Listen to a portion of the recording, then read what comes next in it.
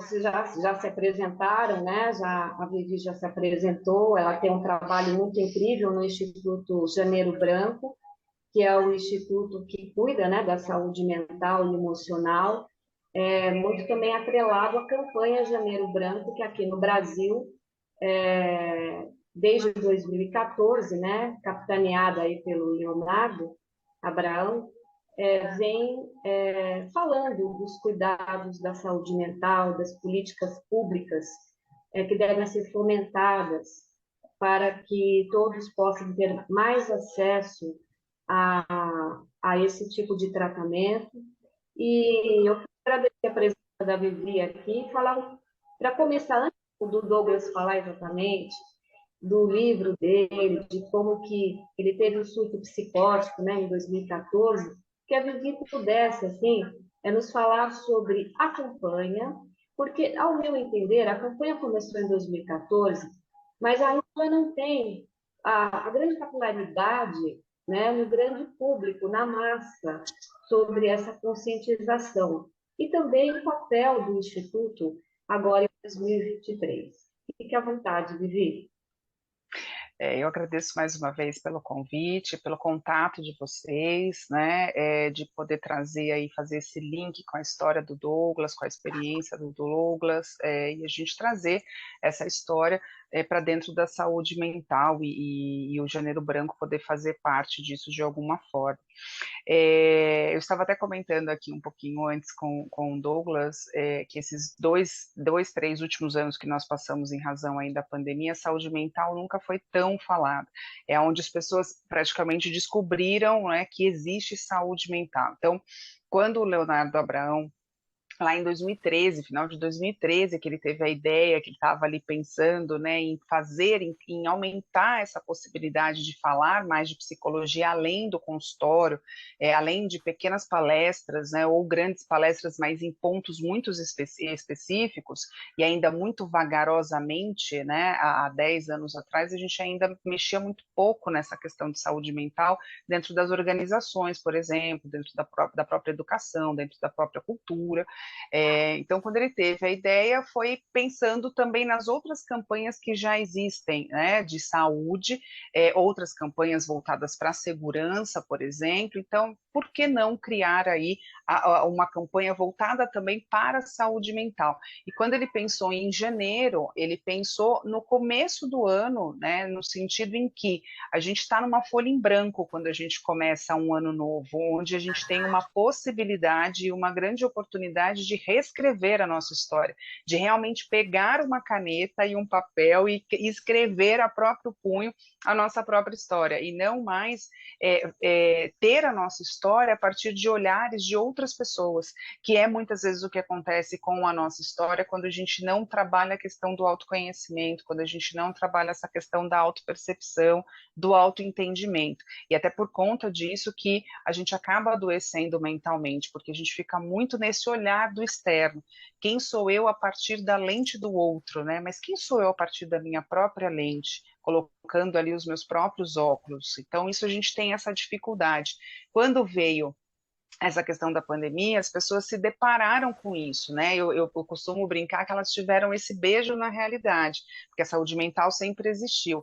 Então, o movimento do Janeiro Branco, ele vem com essa proposta. Ainda a gente está com essa questão um pouco limitada, voltado ainda para pessoas da saúde, mas ela já cresceu muito no sentido em que hoje, né? Hoje, por exemplo, nós estamos na 10ª edição, e nessa 10ª edição a gente tem muitas pessoas do ramo empresarial, né, do ramo de vários segmentos na parte empresarial. A gente tem o pessoal da educação, nós temos arquitetos pensando em saúde mental, não só pela questão da construção da estrutura da arquitetura, mas em sentido de quem são essas pessoas que vão utilizar essas estruturas e como é que é a saúde mental delas e quanto o ambiente estrutural afeta essa questão de saúde mental. Então, a gente acaba realmente ramificando bastante. Ainda é muito, a gente sofre ainda muito com a questão do rótulo de que saúde mental é voltado para o adoecimento mental. Então, eu não vou fazer terapia porque eu não sou louco, porque eu não tenho tempo para ter depressão, porque eu sou ansioso mesmo, e aí a gente vive a síndrome de Gabriela, que eu nasci assim, eu vou ser sempre assim, sempre Gabriela, né?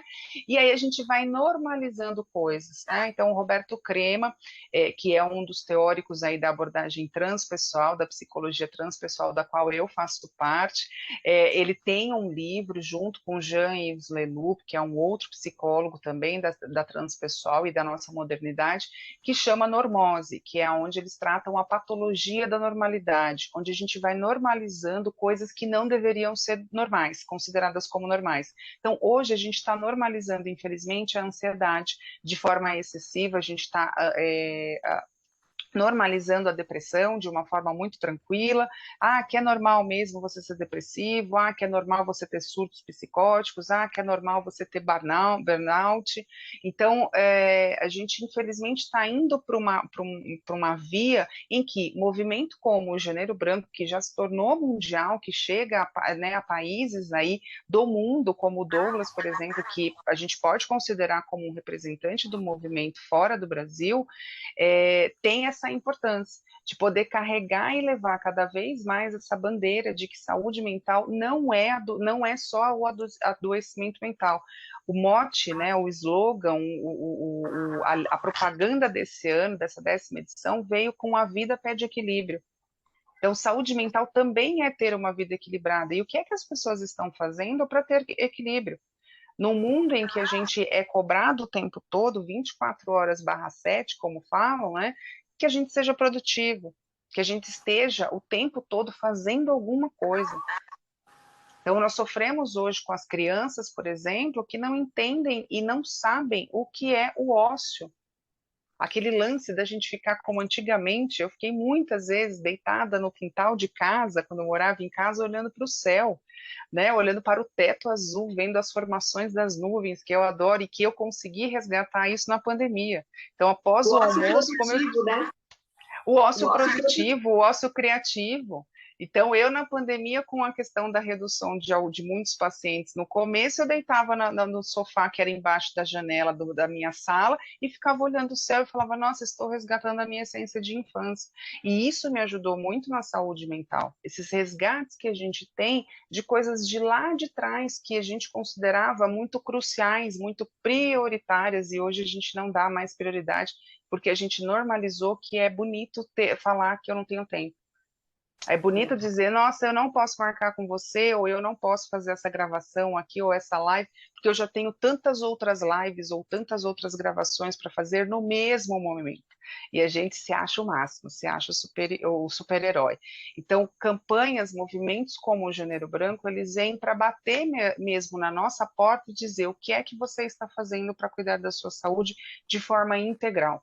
Então, quando a gente fala de equilíbrio, o que é que eu estou cuidando para equilibrar mais a minha vida e não ter surtos, por exemplo, e não deixar chegar à ansiedade generalizada, entender, né, fazer a psicoeducação, porque uma das maiores premissas do Janeiro Branco é essa psicoeducação, é podermos falar de saúde mental a qualquer momento, a qualquer lugar, para qualquer pessoa e de qualquer forma. Não precisa marcar uma hora, vestir a camisa e falar, não, vamos agora falar de saúde mental. Não, a gente pode estar na mesa do bar, na mesa do restaurante, no domingo de né, no almoço de domingo de família, conversando com os nossos parentes, com os nossos familiares e falar sobre saúde mental de uma forma muito tranquila, de uma forma muito leve. Então, é importante a gente dizer que não é normal você ser ansioso a ponto de você chegar a ter um surto, a ponto de você romper para outras fronteiras de adoecimento. É natural a gente ter ansiedade, como é natural a gente ter uma tristeza. Em alguns momentos a gente ter uma tristeza profunda, né? Em alguns momentos a gente ter uma raiva excessiva. Mas o que é natural? A gente entender e reconhecer essas emoções como essenciais para a nossa vida e saber gerenciar, e saber manejar a vela do nosso barco de emoções. E que é isso que a gente ainda pena a aprender.